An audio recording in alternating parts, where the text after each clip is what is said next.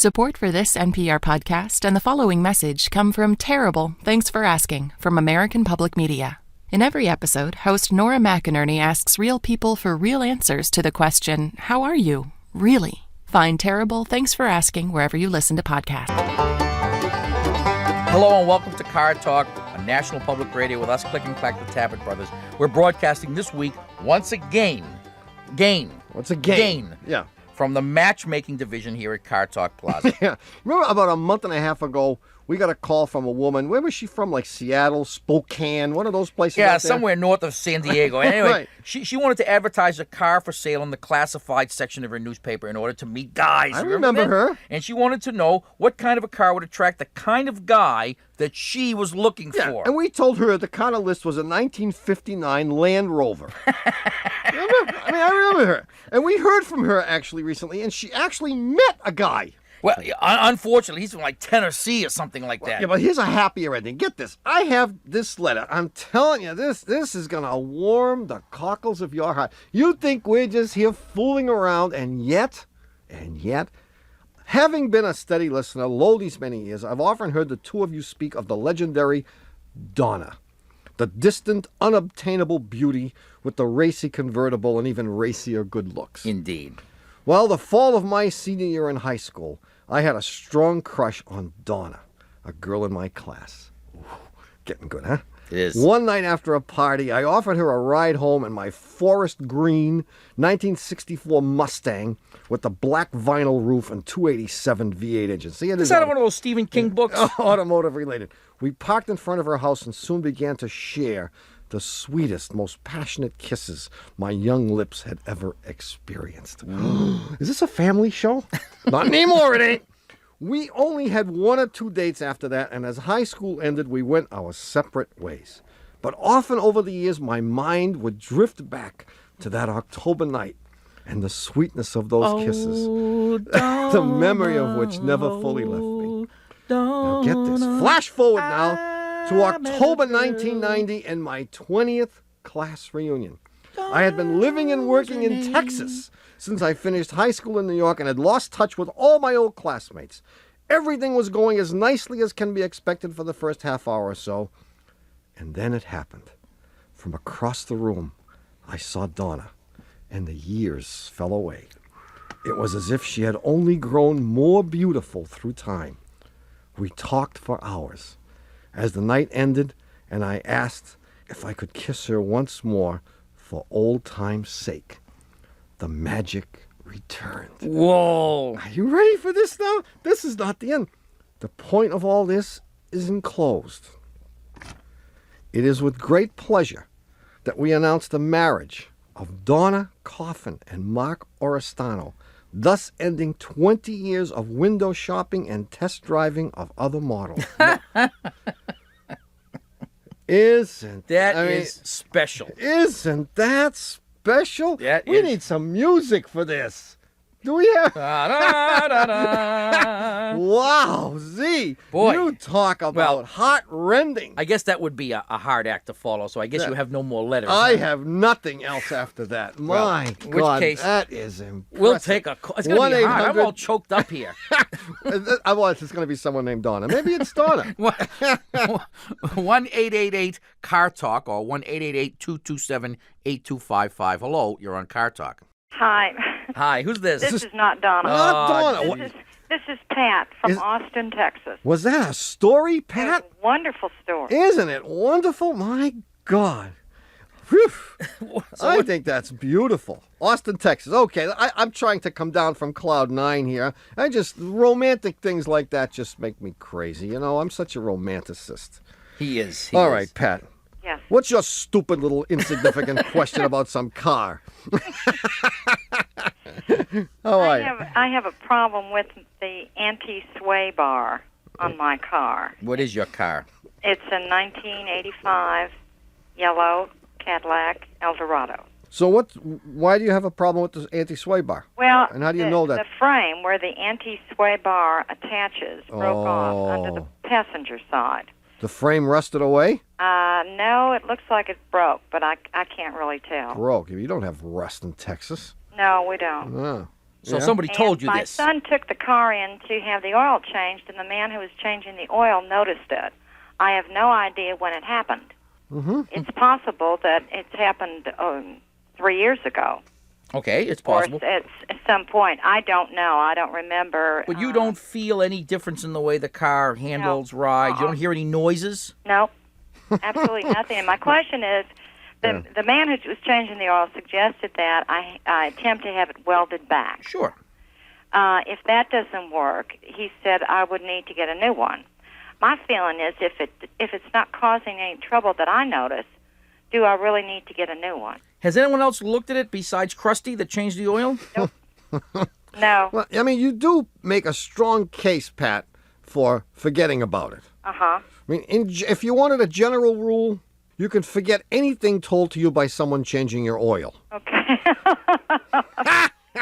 Okay. I mean, that would be a general rule. Uh-huh. Now, I don't know in this case if it's true, but the fact that you don't even know that it's gone, that makes no difference. The truth is, it probably would not make much of a difference to the handling of the car. Yeah, and it's certainly not going to make a difference to the safety in general, unless there's some other defect with the frame that he didn't notice or that has caused this to happen. I mean, frames don't break for no reason.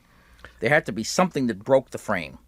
Yeah, I mean, it sounds like you hit some. Have you been driving off the road in those wilds of Texas? No. I'm guessing the thing can be welded. I don't see why it shouldn't be weldable. All right. And if it can't be welded, forget it. Well, I wouldn't take our advice. You change oil. No, we do change oil. Yeah, we do change oil. I mean, the guy that changed the oil, truthfully, had no ulterior motive. I mean, he wasn't going to do the job anyway, so Exactly. he was really looking out for you. Mm-hmm. So I suspect he did find something that was wrong, although he may not have known exactly what it was. If he knew more, he'd be doing more perhaps in changing oil. So he didn't know exactly what to do or maybe exactly what was wrong, but he did know at least enough to alert you. Okay. You need to take it to someone else, and that someone else will look at it and give you an estimate, and hopefully it'll be cheap. Okay. Okay? Thank you very much. It would be nice to have it fixed, because this thing handles like the QE2 anyway. Right. Any gashes in the bottom? See you, Pat. Bye. Thank you. 1-888-CAR-TALK or 1-888-227-8255. Hello, you're on Car Talk. Hello. Hi, I'm here. Who's this? I'm sorry, I thought you... This is Bruce from Orlando, Florida. You fell asleep, huh, Bruce? Dozed off a little there? What's up, Bruce? Okay, our son is a lawyer, and he lives with us, and several years ago, he bought a lovely 90 Lincoln Town Car. Wow. And it was doing fine for, well, still a great car, Yeah. but after a couple of months, the paint starts sheeting off. He's convinced if he goes through a car wash, he can take it all off. There you go. I'm convinced that there's nothing he can do except take the paint down right to the bare metal, which is not economically feasible with a 90 Town Car. Yeah. But this is especially a problem for a lawyer.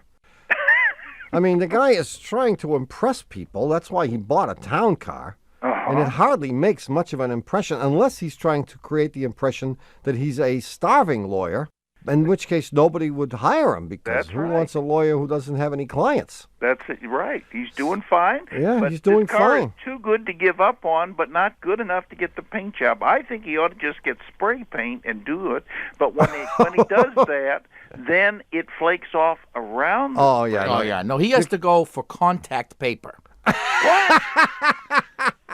And they have some really interesting designs. Oh, absolutely. Anything you could put. Zebra. You Yeah. could go for the animal look. It can go stripes in two You directions. guys cut right to the center of these issues.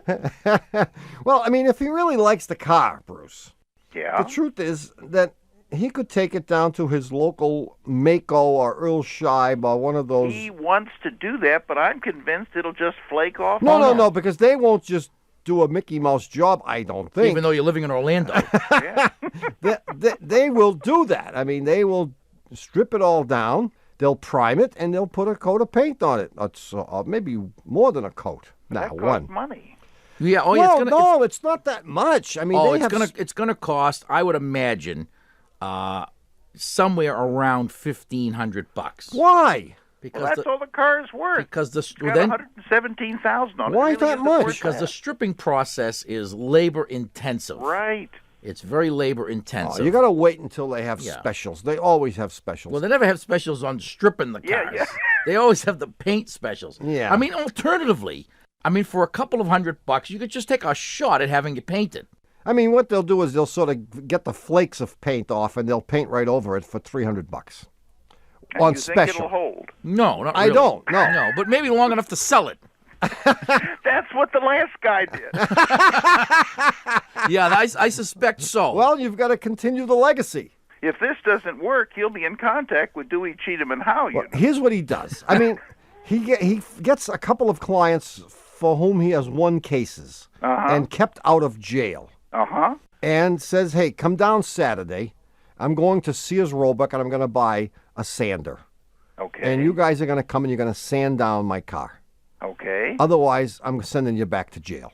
I'm going to go back and tell him I lied, and you Okay. really shouldn't right. be on the So you willing streets. to do this, Bruce? Well, he's a bankruptcy lawyer. I don't... Oh, all the better. All these people are out of work, got nothing to do. Well, that's true. And he'll just get them, because if that's the labor-intensive part, then you take it down to Mako, and for $399, that's regular price $399, I think. Right. They'll throw paint the whole car. Oh, they'll put the supreme Yeah. paint job on For it. $25, as my brother says, they'll roll up the windows.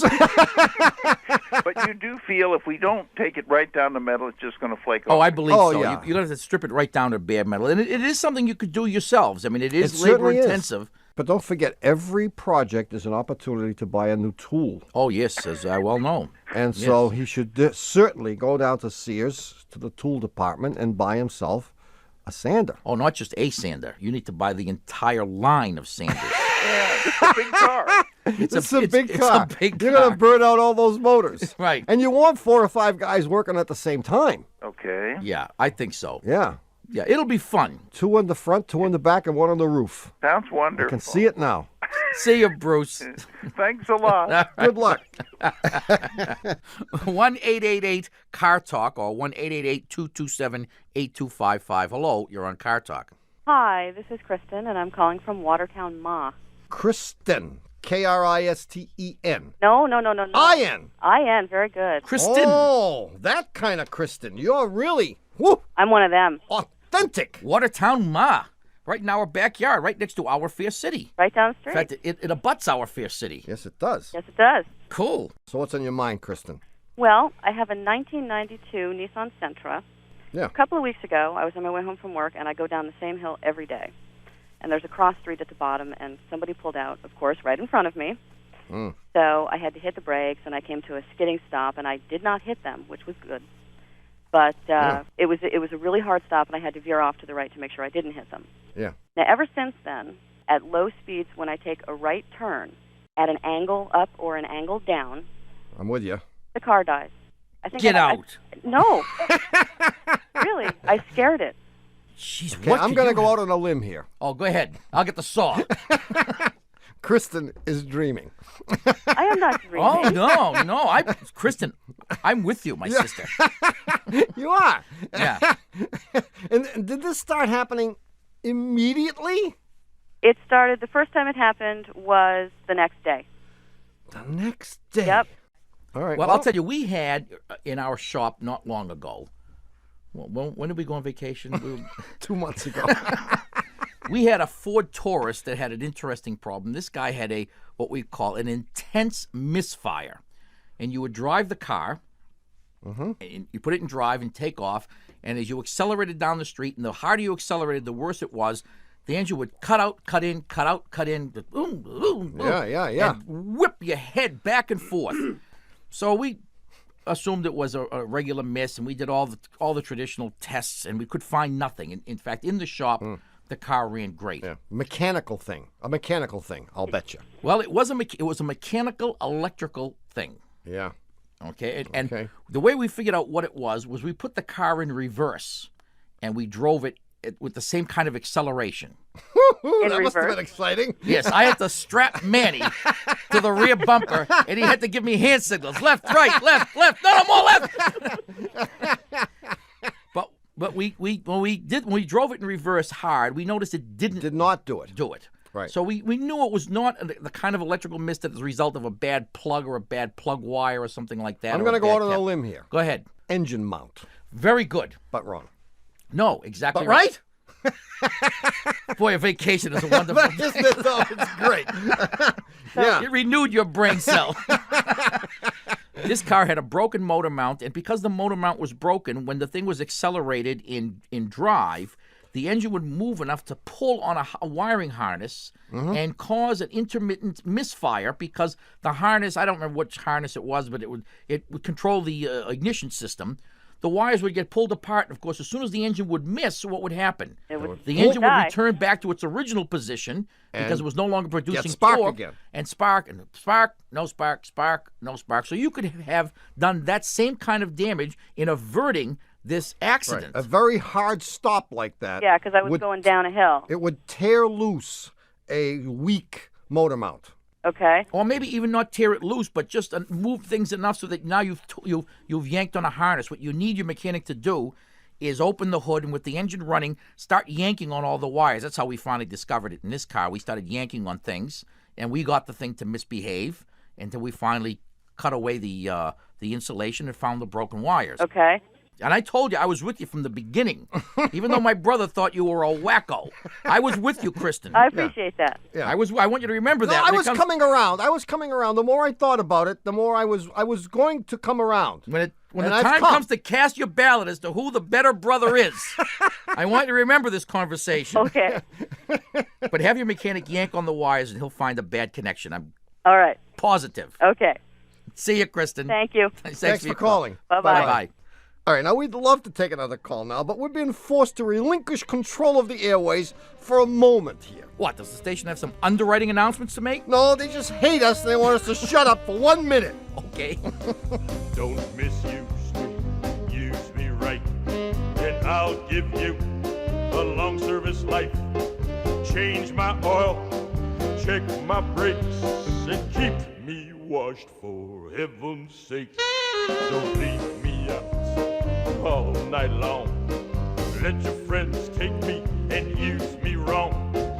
They don't love me, they don't care, but you count on me to take you there. And even though Marconi rolls over in his grave every time we say it, this is NPR. This message comes from Car Talk and NPR sponsor BetterHelp. BetterHelp offers licensed professional counselors who specialize in issues such as isolation, depression, stress, anxiety, and more. Connect with your professional counselor in a safe and private online environment when you need professional help. Get help at your own time and your own pace. Schedule secure video or phone sessions, plus chat and text with your therapist. Visit betterhelp.com/cartalk to learn more and get 10% off your first month. This message comes from Pineapple Street Studios' new podcast, Stay Away from Matthew McGill. The story of a man who dies alone in the woods and leaves behind a box full of wild stories. When reporter Eric Mennel finds this box, he becomes consumed by it until it totally changes his life and family. New episodes are available every week wherever you get your podcasts. Binge all episodes exclusively on the new Odyssey app. That's AUDACY. A Minneapolis business owner's daughter is called out publicly for racist, anti-Black tweets. Fighting to save his business and trying to make amends, he calls on a prominent Black Muslim leader for help. He's an Arab Muslim. And I said, Brother Makram, I'm here to learn. Tell me what to do. To hear what happens next, listen to Code Switch from NPR. Hi, we're back. You're listening to Car Talk with us, Click and Clack, the Tappet Brothers, and we're here to talk about cars, car repair, and not the answer to last week's puzzler. We'll remind you, puzzler addicts, that we post a puzzler a week all summer long on our website, cartalk.com. So if you're really bored, you have nothing to do, or the boss is away, and you can do it furtively, go there and loiter. For the rest of you, the puzzler is on summer vacation and will be back sometime in September. The puzzler is on vacation. Let me get this right now. But we're here. Yeah. So we can, just go right on misinforming the American public about cars, right? Absolutely. 1-888-CAR-TALK. That's 888-227-8255. Hello, you're on Car Talk. This is Liz in Scottsdale, Arizona. Hi, Liz, how are you? I'm fine. I have to sort of change gears here because I'm at work and I'm a nurse, and this is going to be talking about cars. I'm not used to doing this while I'm at work. You're not neglecting any patients, are you? No, I'm not. You don't have any wheezers, huh? No, I work in a long-term care facility. I'm assistant director of nursing, so I do a lot of paper pushing. Oh, so you don't. That's good. That's good. Yeah. You're just part of the expense for the hospital. That's right. That's it. Okay. You don't actually take care of anybody or save any lives. Yes, I do. Oh, okay. All right. Well, good. So what's up, Liz?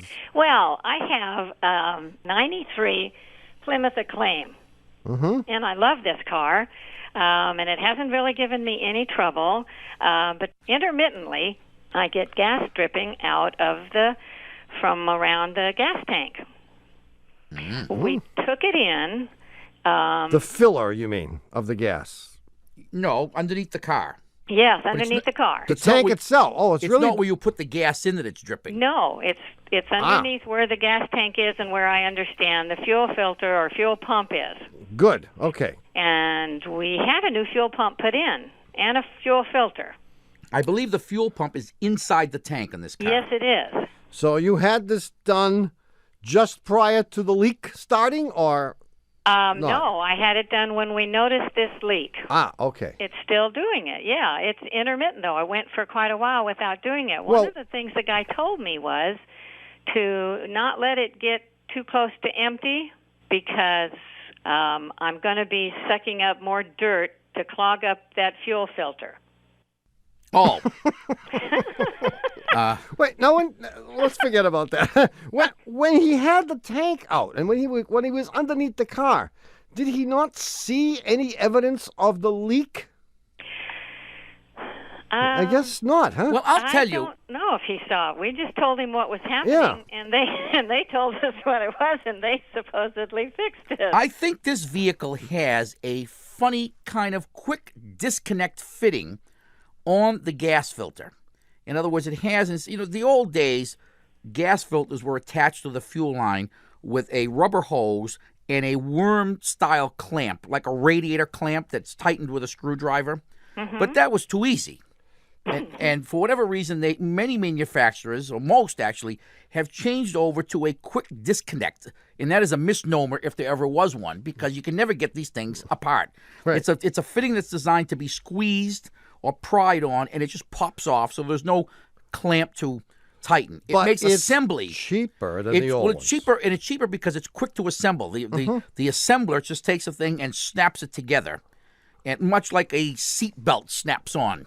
You understand? And it's possible that thing has a little neoprene or some Viton rubber seal that is supposed to keep the gas from leaking out. And I've seen these things be perfectly okay for days and days and days and then just leak like crazy for no obvious reason. Maybe it's change in temperature or something, and it'll leak for a day and then, boom, stop and leave no trace. And when it's leaking, when I notice it, I pull away and I can see this little puddle. And it was just dripping. But when I got to where I was going, it wasn't doing it anymore. Here's what you need. You need a jumpsuit. Exactly. I haven't worn a jumpsuit since the 60s. Well, you're going to have to wear one. You need to go to a store that sells work clothes. Yeah. And you need to buy yourself a petite jumpsuit. Something maybe in a nice pink. I wish. They have pink ones. And you need to, when you smell the gas, which you may smell, you need to jump out of the car, in fact, you might want to just drive to work with the jumpsuit on. You need to jump out and stick your noggin underneath there, and I bet you will see that it is coming from the fitting that connects to the fuel filter. Well, it does seem to be that area, my husband said. Right in front of the right rear wheel. Yes, it is. Once you find the leak, you've got to tell this guy exactly where it is, and he'll order that line from the dealer and replace it. It's probably $20. You're saying you think it's this quick disconnect thing? Yep, that hooks to the filter. Good luck, Liz. Thank you very much, guys. I really enjoy your show. Thanks for your call. Good luck. Get back to that nursing. I will. Bye-bye. Thanks. Beep, beep, beep, beep, beep. Oh, it's Alice again. What a pain in the neck. Turn off her IV.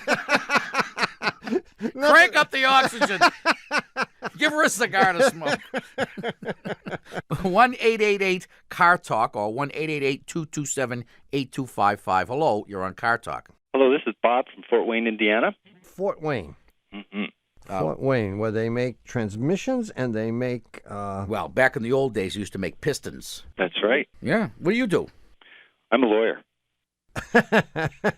Okay. We're going to talk to you anyway, Bob. We're going to give you the benefit of the doubt. Benefit of the doubt until you say something wrong, and then we're going to hang up. You need to be kind. We're being kind. Okay. Well, I don't have a problem, but I've got a scientific question. Well, we are schooled in science, right? And we are world experts in cosmology. I mean, you name it. Cosmetology. Cosmetology. I'm good at that. Okay. Kept me out of the army.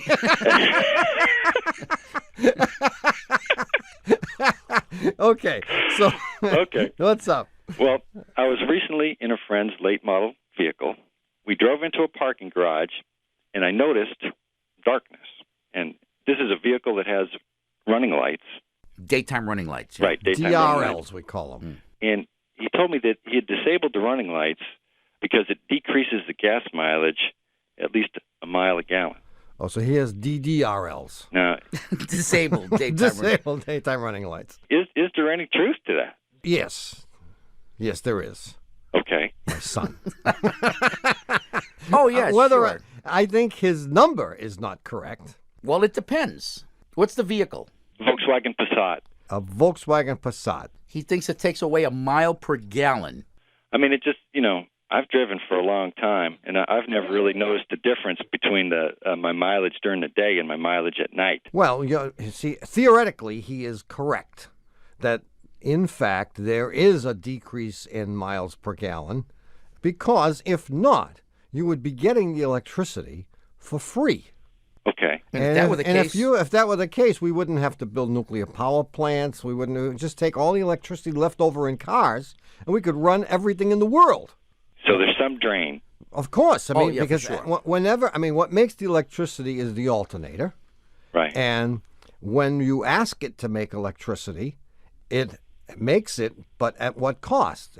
It means it uses up energy from the engine. I see. I think his number is not correct. well, let's say, for example, your daytime running lights might draw, say, 15 amps, which let's round off to 12 volts. Let's say that's a couple of 100 watts. And 750 watts is a horsepower. So you're looking at maybe a quarter. A quarter of a horse. Which quarter would that be? Like the rear hind quarter. The part near the tail. Near the tail. The horse's butt. So it's a quarter of a horsepower, and I don't think sucking off a quarter of a horsepower, is that enough to cut 5% off your mileage? No, that's why I said his number is way too big. He would be hard pressed, even if he was calculating his gas mileage daytime and nighttime, as you said. You've never noticed the difference. I would guess that he wouldn't be able to notice the difference either. I think he's fallen victim to the additive syndrome. Oh, this is a theory that you're going to come up with. Well, here's the theory. Go ahead. The theory is that everyone who adds an additive to his gas tank or his oil, expecting improved mileage or this or that, also unconsciously alters his driving habits. So that the expectation that you're going to get 10% better mileage is fulfilled not by the product, but by the fact that you have changed the way you drive the car. So it may be that if the additive placebo syndrome. Exactly. Oh, I can see the APS. scientific journals now. Yeah, no, clamoring for us to write. Clamoring, I tell you.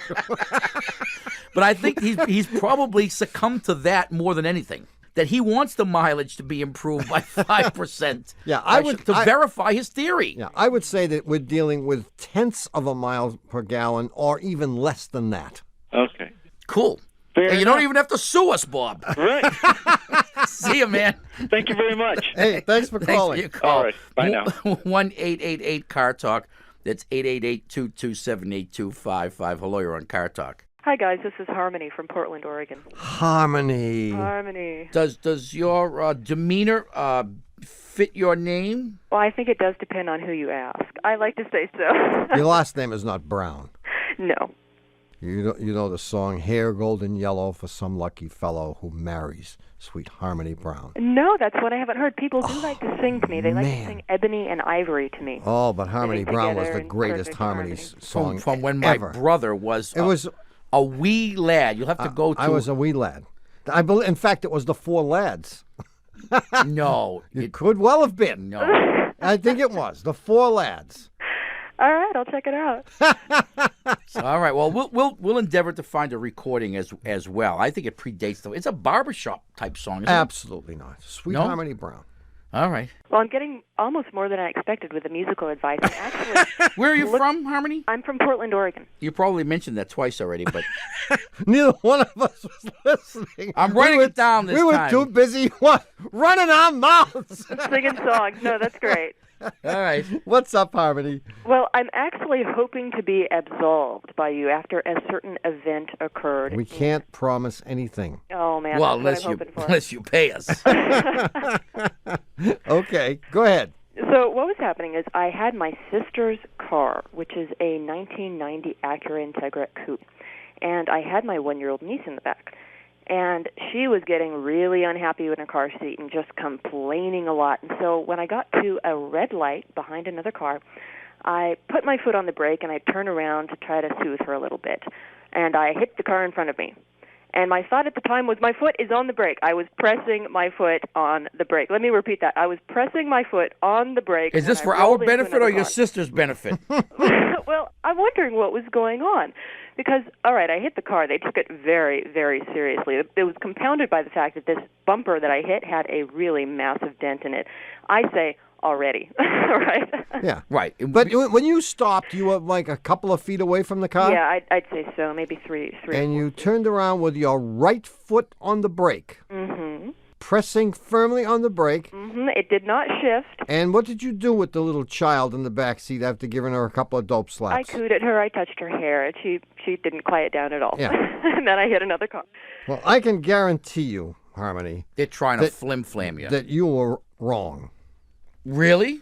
Oh, it's Well, absolutely true. Oh, I think the dent was already there. Oh, no, the dent was already there. Oh, I but know the dent was already but there. no, we know that you hit the car. Right. And you're trying to blame your sister's car for failure to stay stopped with your foot firmly implanted Is that on the nature of the question? How Yes, how could the that's- brakes fail? Well, here's the thing. Let me tell you the rest of it. After I'm going home We don't that want day- to hear the rest of it. No, you have the witness stand now. Go ahead. All right, so I'm driving home that day trying to figure out what the heck happened with this car. And so I went off into some back streets, and I would bring the car a little distance and then stop it and let it sit there for a moment. And what I noticed is when I had my foot firmly pressed on the pedal would all of a sudden Sink. start going down even Yes, farther on its yes. own. Well, here's what you have to do. I'm in your camp now. No. I am. I tell you, what's wrong with your sister's car, and you're going to have to sue her, is that her master cylinder has begun to fail. Oh, And that is a classic symptom of incipient master cylinder failure, that you'll sit there with adequate pressure on the brake pedal and your foot hasn't exerted any more pressure or any less pressure, and the pedal will begin to sink. And, of course, as it does, the pressure that ultimately gets to the wheels to keep the car from moving drops. And what happens? The car moves. And when it moves... Oh, Gus! And if it moves... I'm liking that, though, because I'll tell you, when I was experimenting with it, I would keep my foot in the same position that would have it holding still, and then it would just start creeping along on its own. I repeat, Gus. I will bet $20 that there is nothing wrong with this woman's master cylinder. Although my brother's description of the failure of the master cylinder is perfectly accurate. I will defy you to sit in a car with your foot on the brake and turn around to appease a child in the back seat without having your foot come off that pedal. And you know, part of it is you're distracted. Your mind is not on your foot. Your mind is on the kid.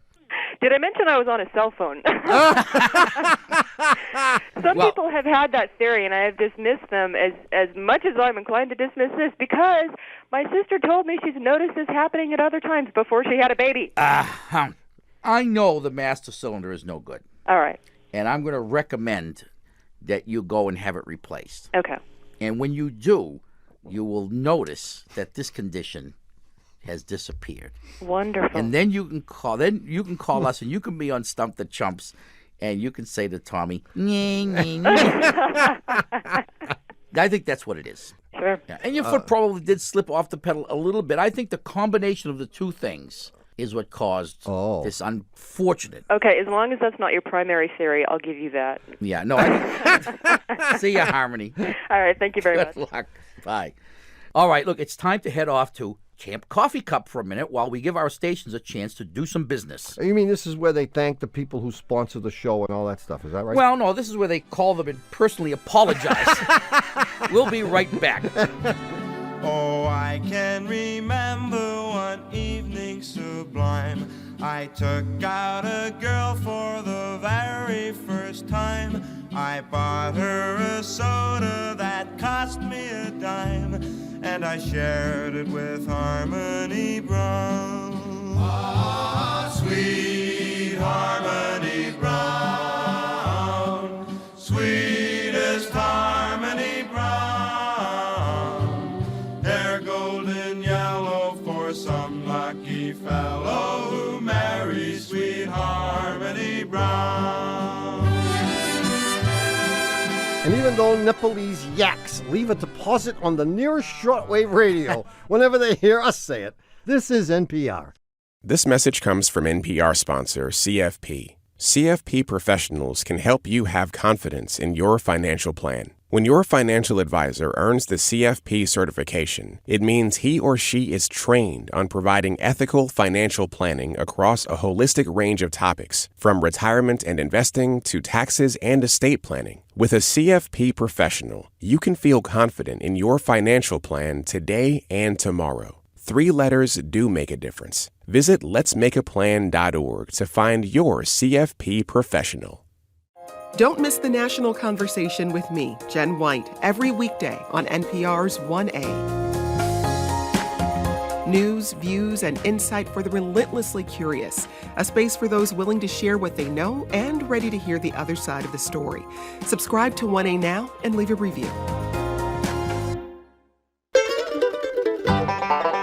Ha! We're back. You're listening to Car Talk with us, Click and Clack, the Tappet brothers, and we're here to discuss cars, car repair, and, most importantly, MAS. Yeah, David Leventhal sent us via the web MAS, male answer syndrome, and I haven't read this, I'll be perfectly honest, but the first paragraph was enough to tell me that I should read it. And I'm going to read it right now for the first time. Male answer syndrome, why men always have opinions, even on subjects they know nothing about. In the animal kingdom, and I thought it was especially apropos for us. In the animal kingdom, males exhibit what is known as display behavior in order to attract females and to ward off rival males. They thrust out their chests, ruffle their plumage, and generally try to appear more impressive than they really are. They grunt. And they grunt.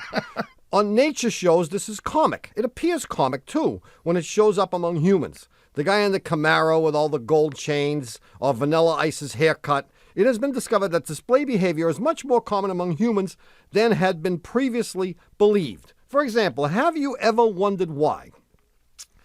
Men who have never been west of Kentucky can tell you about the mentality of the Japanese. Men who can't pay their own credit card bills have a plan for dealing with the national debt. Men who aren't on speaking terms with their own families know how to achieve peace in the Middle East. I mean, this is all true. So far, it's all true. Well, I right? do happen to have the answers to all of those questions. And the last one was, men who haven't had a date in 6 months know what women really want. Yeah, well, they know it isn't them. All right. The compulsion to answer varies from person to person, but few men are happy saying, I don't know. Some men seem to regard life as a talk show in which they are the star guest. If you ask, what's the capital of Peru, they hear, so tell us a bit about your early years, Bob. Sometimes this expansiveness is appealing. If you ask a woman, why did Madonna go on the David Letterman show, she will simply shrug helplessly, acknowledging that some things are simply unknowable. A man, on the other hand, will come up with a few theories. She has the same agent and an overdose of Prozac. Men have the courage and inventiveness to try to explain the inexplicable. Wow. Yeah, well, I mean, this reminds me of the electric trailer brake question that we had some time ago. But if faced with women in our circle that don't have an answer to something, if no one else has an answer, you have to volunteer one, right? You always do. Yeah, I mean, how interesting If would your it be? son or your daughter asks a question and your wife says nothing, or she says, I don't know. Yeah, what am I supposed to do? Say I don't know either and let the kids think they got a couple of morons for parents? I can give them an answer and then let them think they got a couple of morons. And then they'll know they got at least one moron. It is a curious Male syndrome. answer syndrome. Well, everyone knows it's true. Here's why I think it's true. Explain it to us. Well, my theory is this. And while you're at it, explain to me how there can be peace in the Middle East. This must be from Barry, Dave Barry. No? Who knows? Who knows? By the way, if you tuned in expecting a brilliant new puzzler, then you obviously tuned into the wrong show. Actually, the puzzler is on break. Summer break. Fall break. But you can always try your hand at one of our classic puzzlers, which we'll post every week. Classic old. Meaning old, yeah. Used. Which we'll post every week on our website, cartalk.com. In the meantime, if you have a question about your car or anything else, you can give us a call at 1-888-CAR-TALK. That's 888-227-8255. Hello, you're on Car Talk. Hello, this is Pete from Chico, California. Pete! Chico! Hey. Is there a hop in California? Actually, his name was not Chico. No, it was not. It No, was it's Paul. Pete from Chico. No, his name was Chico. Or Oh, that's right. It was Groucho, Harpo, and Chico. Did you know that, Pete? I am not familiar with that, but I take you guys as the gospel truth on that. Well, we don't really know either. But he was given the name Chico because he was always after the chicks. Oh, my right. God. Or babes. Chicks Or is not a babes. politically correct word. Babes now. is good. Babes is fine. Yeah. Babe. So what's on your mind today, Pete? Well, it's an interesting Volkswagen question. I have a 1979 Volkswagen van, and about 2 months ago, an acute clunking sound developed in the left front area. Acute one. clunking. Not acute. Not acute, An but- acute. And acute. It just Left front suddenly area. started going thunk, and it would happen when I would go over certain types of bumps that according to the mechanic that looked at it, when the suspension goes full travel. And also I could sometimes feel it when I braked, and I could actually feel the sound and hear it coming kind of through the braking pedal, and I was very worried. Yeah. Brought it to the mechanic who in the past had done a great job for me, and he said, ball joints. So $500 later. That's what sounded like to me. That's my answer, too. I had already written it down. I did too. Yeah. Ball and joints. ball Absolutely. joints, $500 later, It still makes sound the is noise. still there. Well, Yes. that is not to say that you didn't need ball joints. That's what he keeps telling me. Yeah. So Because, I I mean, won't that's- ask for the 500 back. I mean, Right, of course. Yeah, you can't get the 500 back. The ball joints is a pretty straightforward test, and it's Yes. very, very clear that if you need ball joints, it's obvious that you need them. So if he really checked it and did ball joints without just guessing ball joints like we did, without having seen the thing, then you probably did need the Yeah, ball I'll be joints. crossing ball joints off the list Okay. now. And Now the next thing. Yes. So what other theory? What Right. backup I got theory? the backup theory. Well, let's hear what Pete's mechanic came up with. Upper Yeah. control arm bushings. Well, afterwards, he said he looked at everything in the front end, and he writes this down on his thing. He said, we disconnected the shocks and the tie rods, and the sound still happened. We removed both control arms. We checked the brake hardware. None of these were responsible for the sound. We cannot diagnose this sound, and we'll charge $52 an hour to diagnose. Let's see. All This right. has a torsion bar type suspension in it. Yes. Well, and it could be. I if the what's torsion happening? bar is gonzo. You could Say be that- bottoming out. Boom. Bottoming out or bottoming up. In other words, if you were to lift the bumper and lift the car off the ground by having the wheel, for example, go into a chuck hole, Yeah. then you would get the same kind of noise. So when the suspension is full out or full in, you're getting the noise. And it could be that one of the torsion bars is broken. Gee, it's been so long since I've had one of these I apart. like the torsion bar theory. I think it's a bunch of plates. I mean, the torsion bar is think of it as a spring. All right. But if the spring didn't work right, then when you hit a bump, everything in the body would fall down, boom, and everything would be whacking against everything else, and you'd get a big clunk. Yeah. So not having a spring would obviously cause big clunks. Right. And since the torsion bar is what's used instead of a spring, that's my theory. I'm not Well, sure I my like vague it. recollection also is that there is a bearing where the control arm enters the frame. The torsion bar is inside a tubular frame. Yeah. And where the control arm enters, there's a bearing there. All right. And that could be worn out, too. And of course, it's going to make the noise under the extremest of loads. Under the most extreme load, so that when you hit a big bump and you're really forcing the thing to move quickly, you could get this bang. And it doesn't surprise me that it's getting telegraphed through the brake system, because any abrupt movement, any shock wave that travels will travel right up through the brake fluid to your pedal. And that's why I said I wouldn't be concerned about the fact that you're feeling it through the brake pedal. I mean, I'm concerned about the noise. Yeah. But it's obvious. It's almost positively not related to the brakes. Yeah. You need to go. Here's what you need to do. You need an old You need guy. to drive out to the desert and find some grizzled old hermit that has a sign that says VW repairs done while you wait. I gotcha. While you wither. Okay. And I'm you'll ready. find some old codger with like 4 or 5 teeth. Right. And he'll have a bunch of broken down vans, yeah. parked around his so-called house. And old hippies. His old gas hippies. station, right. Yes, I got you. With the blind dog. You know this. Right. I've painted the whole picture. And right? he'll know in 3 minutes what's wrong with it. All right. And he'll slap a whole new front end in there. He'll use your control arms with the new $500 ball joint and send you happily, noiselessly along your way. Yeah, Right I on. think so too. Thank you, guys. You guys are wonderful, and I really appreciate See your you, show. Pete. Good Bye-bye. luck. Good luck. Bye-bye.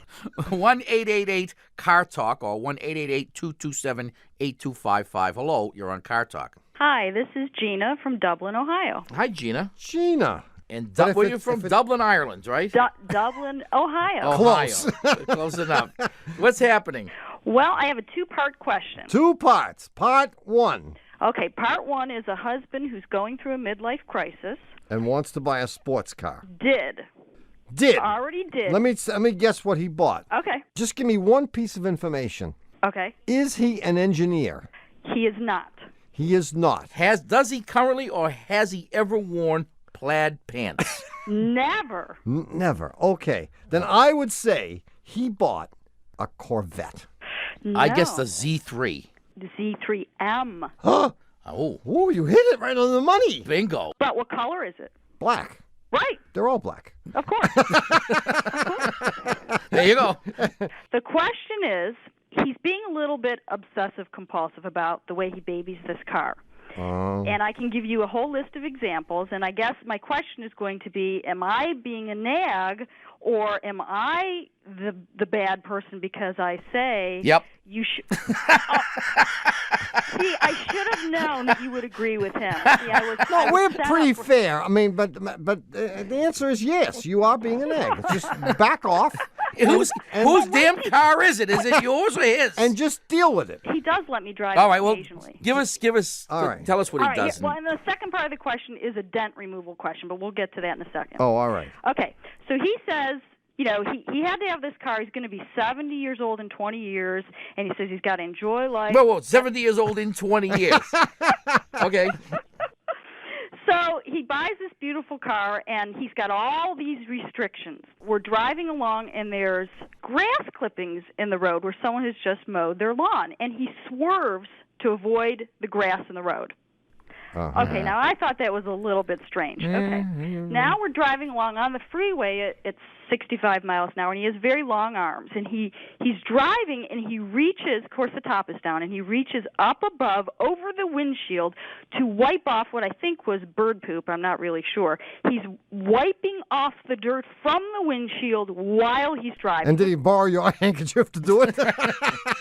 You know, might have been just a little spit on the finger. I'm not really sure.